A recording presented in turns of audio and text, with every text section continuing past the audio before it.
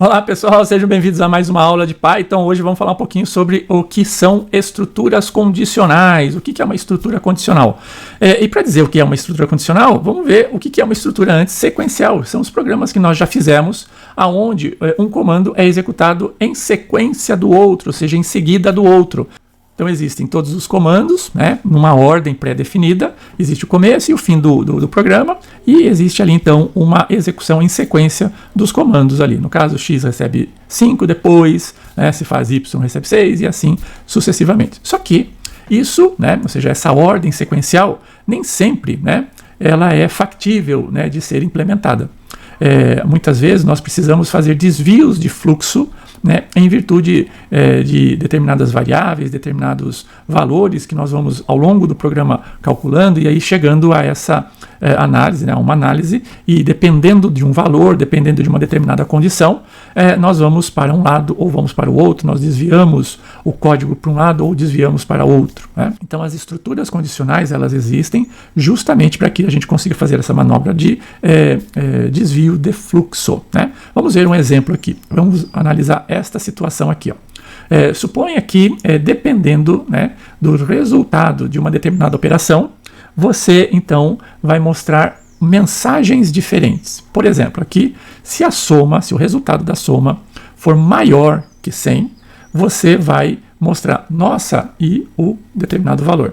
Caso contrário, né, você vai mostrar simplesmente o valor da soma de forma sem expressar, né, esta enormidade de valor, né? Basicamente é só para a gente entender essa possibilidade.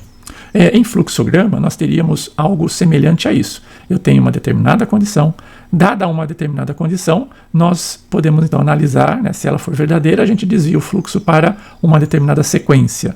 Caso contrário, a gente desviaria o fluxo para uma outra sequência, para um outro bloco de comandos. Em português estruturado, né, ficaria mais ou menos assim, olha. Se uma determinada condição for verdadeira, nós executamos o comando 1.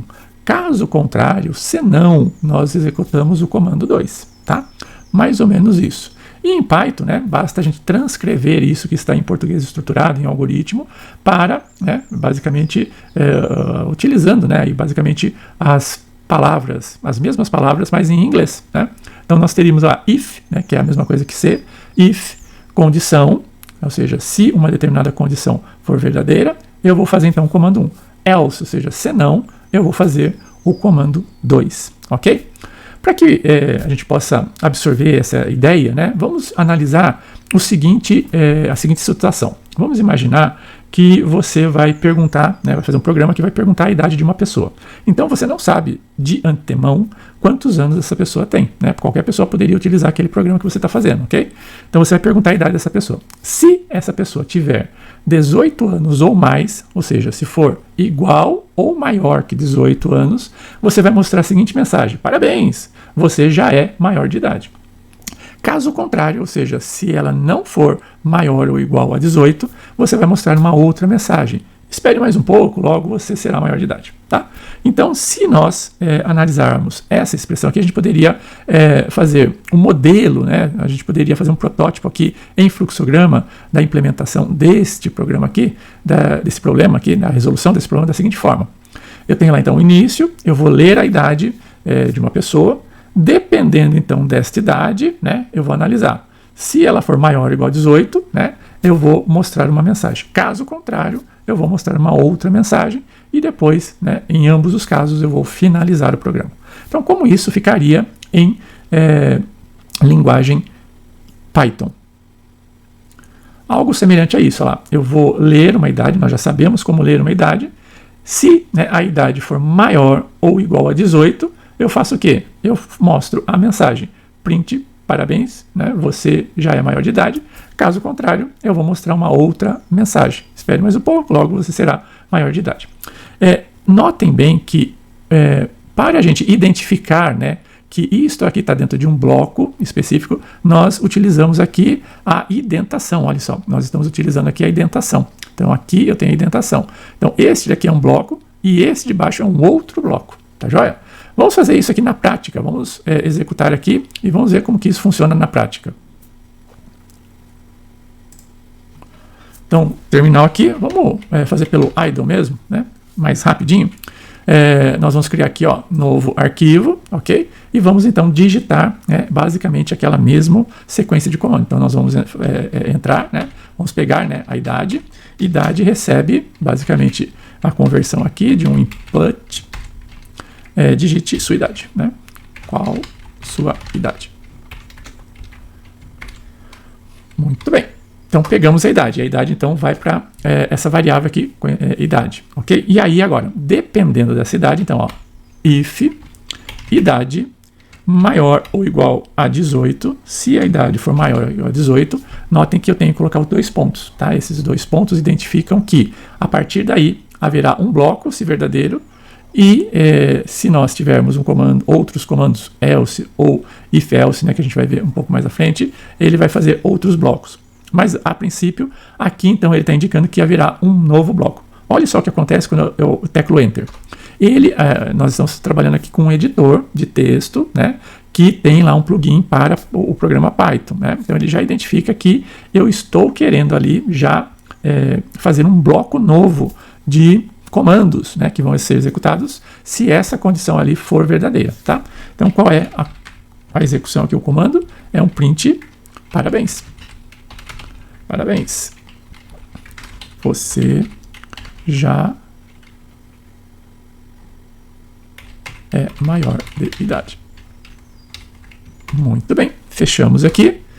E agora, né, vamos fazer o que? O else. Né? Então, a gente tecla um backspace aqui. Vamos para ao mesmo nível do C, né, do if ali, né? E aí, ó, teclamos Enter. Caso contrário, então, a gente vai mostrar este outro comando aqui, ó lá. Espere mais um pouco. Logo você será maior de idade. Muito bem. E com isso nós encerramos o programa. Ou seja, depois que isso terminar, ele encerrará o programa. Muito bem, vamos salvar. Arquivo salvar. Vamos salvar como idade.py. E vamos executar lá. Run model. E ele pergunta então a idade. Vamos digitar, por exemplo, 38 anos. Enter. Parabéns, você já é maior de idade. Vamos executar novamente, né, este mesmo script. Vamos lá. Run model. Só que agora vamos digitar a idade de 12 anos. Teclamos Enter. Espere mais um pouco e logo você será maior de idade. Então ele já identificou, né, a idade, independente de quanto eu digitar, e ele vai então fazer o desvio para um comando print ou para um outro comando print, ok? Vamos ver mais um exemplo aqui para nós fixarmos as estruturas condicionais, o comando C. Vamos imaginar que você tem que desenvolver um programa que vai ler 2 notas de um determinado aluno. Vai então calcular a média aritmética dessas notas e vai ter que mostrar uma mensagem, né, para este aluno se ele foi aprovado ou reprovado. E vai ter que utilizar a seguinte lógica: se a média final for maior ou igual a 5, ele vai ser aprovado. Se for inferior a 5, ele será reprovado, ok? Então vamos ver como que a gente poderia fazer. Em fluxograma ficaria algo semelhante a isso. Eu tenho lá o início, eu leio as 2 notas, leio a nota 1, leio a nota 2, calculo a média. Como que é a média aqui? Né? Média aritmética, a nota 1 mais nota 2, e ambas, né, ou seja, essa soma aqui eu divido por 2. Né? Somo as notas e divido por 2. Tenho a média. Muito bem, com posse da média, agora sim eu posso fazer a comparação ali. Se, né, a média for maior ou igual a 5, eu vou fazer o quê? Eu mostro a mensagem aprovado. Caso contrário, eu mostro a mensagem reprovado. Vamos ver como que isso ficaria em Python, né? Então, eu leio, né, a primeira nota e leio a segunda. Veja que eu estou guardando aqui dentro de nota 1 e nota 2 como um tipo float. Por quê? Porque esta nota pode ser quebrada, pode ser 4.5, pode ser 7.8 e assim sucessivamente, ok? Então, ela pode ser quebrada, ter então decimais ali. Uma vez feito, né, a leitura das 2 notas, eu vou calcular a média lá. Média recebe nota 1 mais nota 2, isso tudo entre parênteses, dividido por 2, ok? Muito bem. Agora, com posse da média, eu posso então fazer a comparação. Então, se média for maior ou igual a 5, então eu exibo lá aprovado. Caso contrário, reprovado. Vamos ver como isso ficaria no código, ok? Vamos aqui chamar aqui idle. Vamos sair desse programa aqui, file close, ok? Vamos lá, idle. Vamos criar um novo arquivo, new file, E aqui, então, vamos colocar lá, nota 1 recebe float de quem? Do input, digite a nota 1.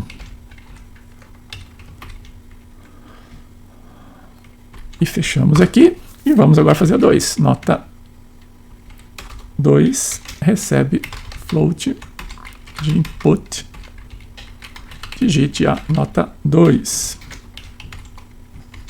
E agora vamos fazer o cálculo da média, né? Então lá, média recebe, cuidado não acentuar, né? Ou seja, lembra, né? Não tem caracteres especiais no nome de variáveis, né? Média nos identificadores, né? Como modo geral. Média vai ser então igual a nota 1 mais nota 2. Por que eu tenho que colocar um parênteses aqui? Porque olha só, em seguida eu tenho uma operação de divisão. Vocês se lembram lá naquela regra que nós colocamos em aulas, acho que na última aula, nós colocamos ali a ordem com que vão ser executados os comandos? A divisão tem maior prioridade que a soma. Se eu deixar aqui, olha só, sem esse parênteses, o que ele vai fazer? Primeiro, então, ele vai seguir a ordem. Então, ele encontrou aqui a divisão. Ele vai fazer primeiro essa operação. Então, primeiro ele vai dividir nota 2 por 2, para depois fazer a soma com nota 1. Ou seja, o resultado vai ser totalmente diferente, tá ok? Então, por isso, nós temos que colocar aqui, olha, um parênteses para limitar. Primeiro, eu vou fazer tudo que está dentro do parênteses, que vai ser a soma. Somei, aí sim eu divido por 2, ok? Muito importante isso. E uma vez que eu tenho a média, então eu vou agora perguntar lá, média é maior ou igual a 5? Se for, print aprovado. Caso contrário, print reprovado. Ok? E é isso. Vamos salvar aqui. Vamos salvar agora com média. File save. Média.py. Salvar. E vamos executar. Run mode. Digite a primeira nota. A primeira nota foi 6. A segunda, 7.9. Lembra que a separação de casas decimais é o ponto. Não vamos colocar vírgula ali. Se eu colocar vírgula, vai dar erro. Vamos ver. Vamos ver o que acontece aqui. Ó. Eu venho aqui, run model. Ok? Se eu executar aqui, se eu colocar 4,6, olha só o que acontece. Erro. Porque não existe. Ele tá, nesse caso aqui, ele está recebendo aí dois valores. Ele está considerando um valor, por exemplo, uma string, e ele não pode converter isso para o tipo float, né? Basicamente é isso que ele está mostrando ali como mensagem de erro, ok? Então, muita atenção nesse aspecto aqui, ok? Run. Então, vamos agora colocar uma média bem baixa, 4 e 4, reprovado, né? Então, a média, a gente pode até, inclusive, mostrar a média, né? Só para que a gente entenda, né? Como que está sendo executado, vejam só. A média eu vou mostrar independente se ele foi aprovado ou reprovado, certo? Então, só para que fique claro, olha só, eu vou colocar no mesmo nível do se e do else. Isso significa que eu vou executar em seguida desses comandos, ok? Então, eu vou mostrar aqui, ó, print média final, e vou mostrar a média, ok? Então, vamos ver como isso ficou. Deixa eu salvar. E vamos rodar. Vamos calcular novamente 7 e 9.8. Agora ele mostra lá que ele foi aprovado e a média foi 8.4, ok? A mesma coisa, né? Se a média for inferior a 5,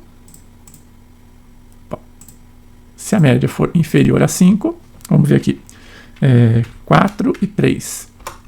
Tá lá? A média foi 3,5 e ele foi reprovado, ok? Vamos ver também mais um detalhe, né? Vamos clicar aqui.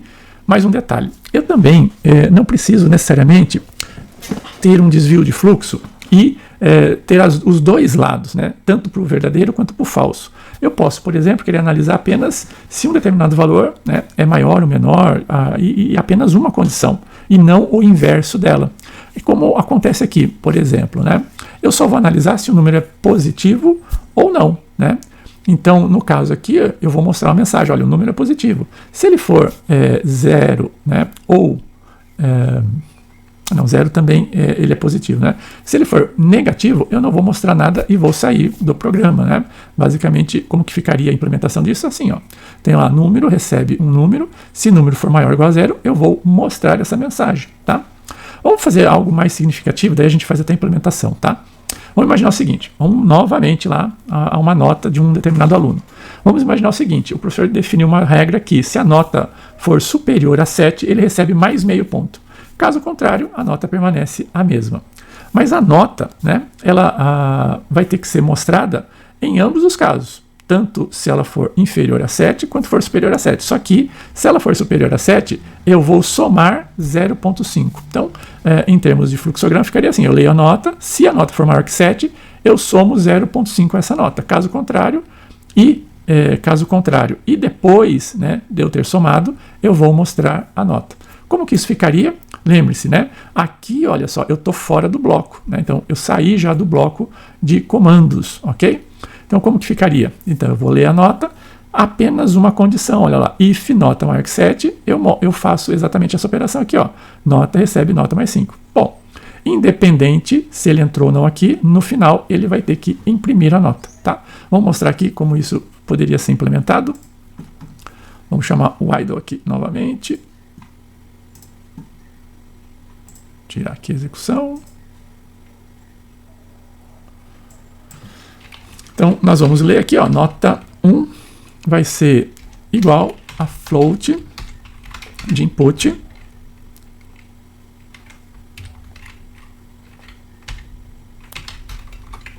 entre com uma nota.